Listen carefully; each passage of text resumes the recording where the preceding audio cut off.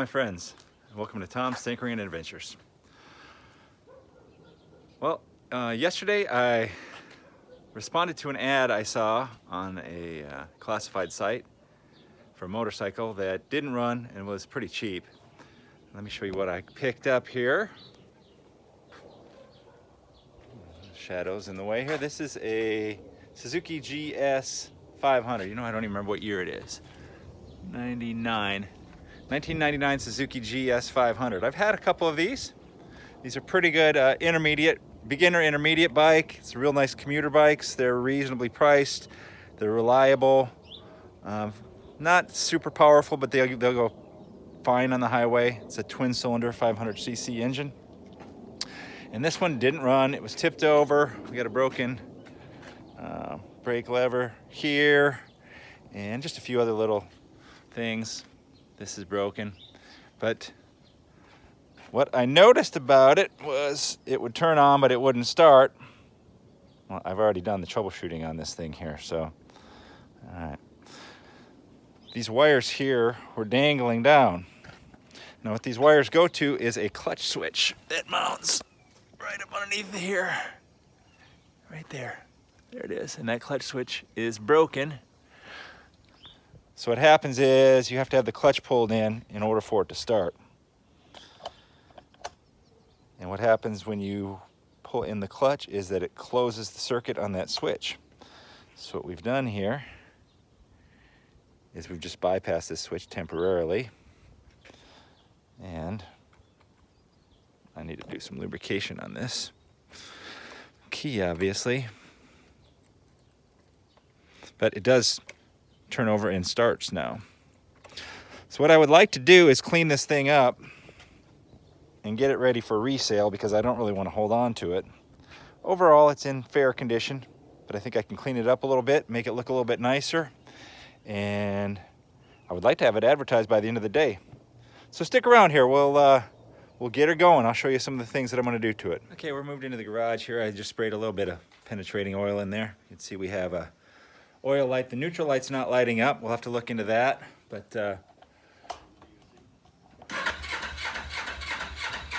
does crank over. It's cold. It's been sitting outside. So there you go. We're already one step up. We got a running bike at this point. So what I'm going to do is I'm going to trace these wires down. I've worked on a lot of Suzukis. A lot of times this will go somewhere either down a frame. It looks like it goes in the headlight shell. And you can actually either splice these together or there might even be a connector that I can just plug together. So let's see if that's the case on this Suzuki. Okay, here's the wire. I traced it into the headlight shell. And like I said, you can unplug this. And look at that. There's the two wires here. So all you have to do is connect these two together. And now that is eliminated. Now, okay, that is a safety item, but if you don't know enough to pull in the clutch when you start your bike in case it's in gear, well, maybe you shouldn't be riding. So also, while we have this off, I can take this turn signal off. I'm gonna try to glue it. I have a couple of them, but I'll just see if I can glue it. And also, I noticed the headlight isn't working on low beam, so we'll fix this and replace that while we're in here. All right, once I was removing this thing here, I broke the wires, so let's see what we got. Up here, I have some stash of items. Oh, they're just out of reach. Here we go.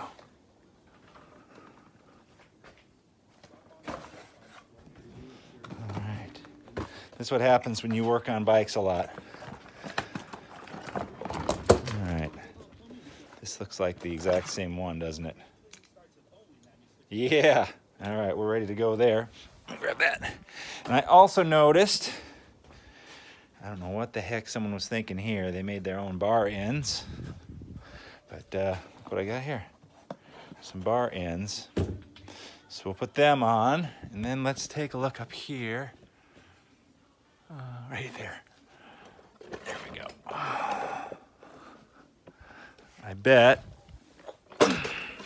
somewhere in this, I'll be able to find something that will work for this. So let me get this thing installed and we'll move on. All right, new turn signal installed. I got these bar ends installed. They look a lot better Then these washers. I guess the only good news is now I have a plethora of fender washers. That's nice. So I saved like $1 there on fender washers and 2 more bolts. Okay, so the next thing I want to do is look at this brake lever. Now I was digging through here and I found this one, which I know is off of a Kawasaki project I did a while ago because I remember the bars were broken off of it. I had to replace the whole front end. And so I know this is a Kawasaki lever. And this is a Suzuki, but they look a lot alike. I mean, look, it's got that little arrow there. So I'm gonna pull this one off and we're gonna see if this one fits. It looks very, very close. One other thing I noticed that's going to be a pain, I didn't even notice this before, is the speedometer needle's broken off and it's in there. So I'm gonna have to try to take this bezel apart and see if I can't super glue that. I've done that before. It can be a giant pain in the butt. But looking around at the rest of the bike, it just needs some cleaning for the most part.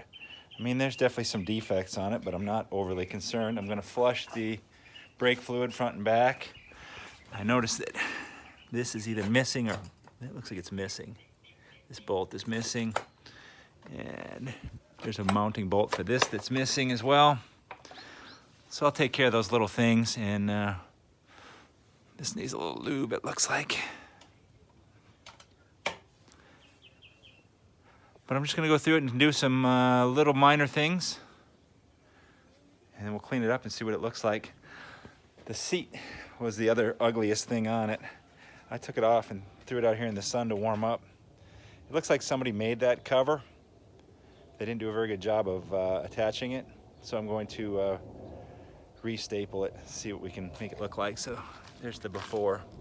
So we'll let it heat up here out in the sun for a bit, and we'll see what it looks like after I pull some staples out and tighten it up. All right, look at that, we have a brake lever. I had to make a hybrid out of the original one and the other one I had, because the Kawasaki one looked like it fit on here, but it wasn't fitting very good.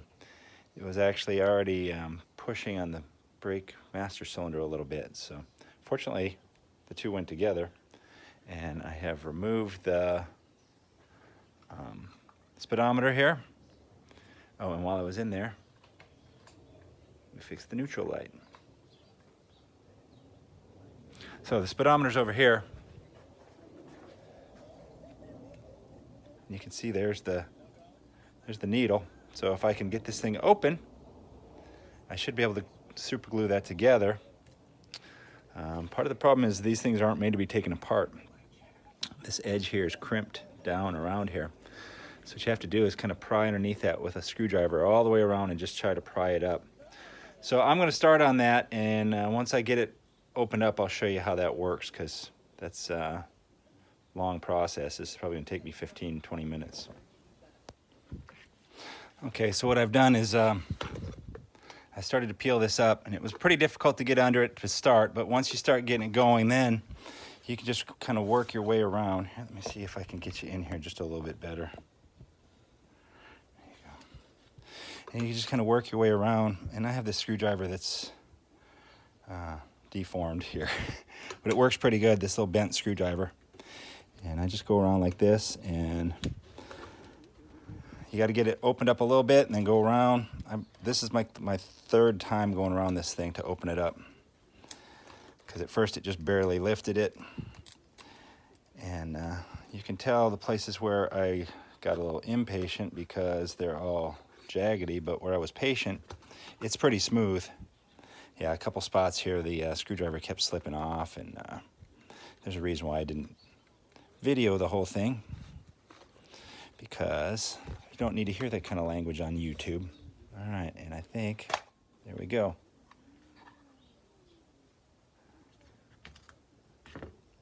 So now I am going to attempt to reattach this to this with some super glue.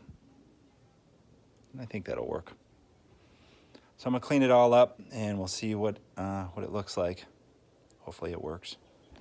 All right, here's the seat after I went over it a little bit. The back definitely turned out better.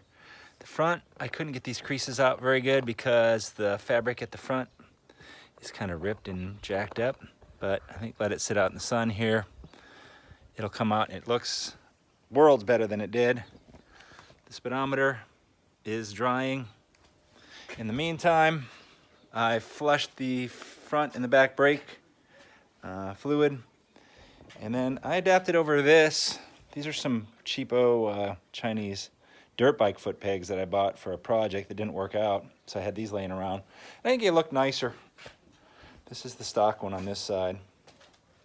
So since I had them laying around, I just thought it looked a little bit more aggressive for this bike. So what I think I'm going to do now is I'm going to push it out and give the bike a bath while I'm waiting for that speedometer to dry. And the only piece I don't have to finish this thing is one of these bulbs. So everything has come out of my garage, out of my spare parts bins around here. It's not bad. I need to get that bulb because that is the backlight for the speedometer. I found this one here, which is an LED one, and it works, but you know what, maybe I'll just deal with it. It's not the right size, but it does work. So I guess I won't be going to get that part. So let me push this out and we'll wash it and see how it turns out. I think I can get a lot of this crap off of these rims. All right, there she is in all her glory. We got it cleaned up, shined it up just a little bit. I'm gonna do maybe just another 5 minutes worth of cleaning on it, but that's it. I'm gonna just do the final little detail and then I'm gonna take some pictures and advertise it. Well, I'm gonna take it around the block, but I took it up and down the driveway. Everything seems to work fine. Bar ends look considerably better. Nice to have a front brake.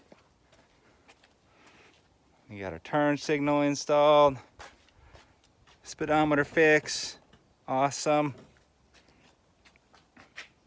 My custom foot pegs. There was some reflectors here. I took them off just because I think it looks better. And there's the seat. It looks a lot better. Actually, I wonder if a heat gun might take that out. But sitting out in the sun here, it's getting a little bit better already. So there she is. A little bit of Suzuki gold for me. I'm certain this thing is going to sell quickly, and if it doesn't, well, what would be the shame in having another motorcycle in the garage? Because I need more. But that's what I like to do. Find these kind of bargains like this. Do a little bit of touch up, get them running good. I got lucky on this one. It actually ran fine. And then fix any small stuff that needs fixing. And turn this thing around. And I'm not going to be selling it at market value. It'll be below. So I'm going to give somebody a good deal on it as well. Hopefully a new rider. So thank you very much for watching. Get out there and find your adventure. Adios.